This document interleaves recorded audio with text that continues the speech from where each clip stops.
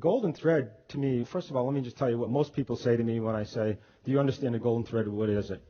And a lot of them say, oh, yeah, I know the golden thread. Golden thread is somebody opts in on this page, and then it gets this email, and then when they get that email, it goes to this webinar, and then when they get to that webinar, it gives them this, and that's the golden thread. Like, no, not even close. In theory, it might be, but this is what the golden thread is. It's a metaphor for the decisions, data, I can't say that, processes, technology, and human behavior that link strategy to results. I also like to put it as you want to get somebody from point A in your marketing funnel as fast and as quick and as seamless as you can to being a buyer, whatever it takes to do that.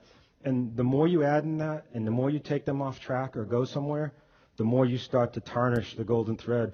Each bend, twist, cut off of the thread again reduces the quality of the gold delivered to the end of the process. I'll see this a lot where, first of all, people will look at that chart I showed up there. That takes a lot of time. You shouldn't be building out that big, huge flow chart in the beginning anyway.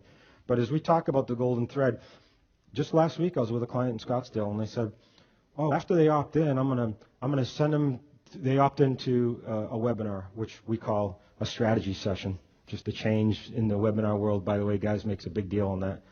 So they opt in for the strategy session, and then he said, okay, then I'm going to send them this video of this interview we did with so-and-so. Then I'm going to send them this PDF. They haven't even got to the webinar yet. And I said, well, why are you doing that? I was going to just give them more benefits, give them more value. I want them to really feel good.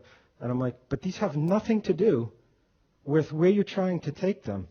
You're just going to confuse the situation, or they're going to get something and have a preconceived notion that this isn't what I'm coming to a webinar for, because you're trying to connect those pieces with what you're actually going to teach in the webinar.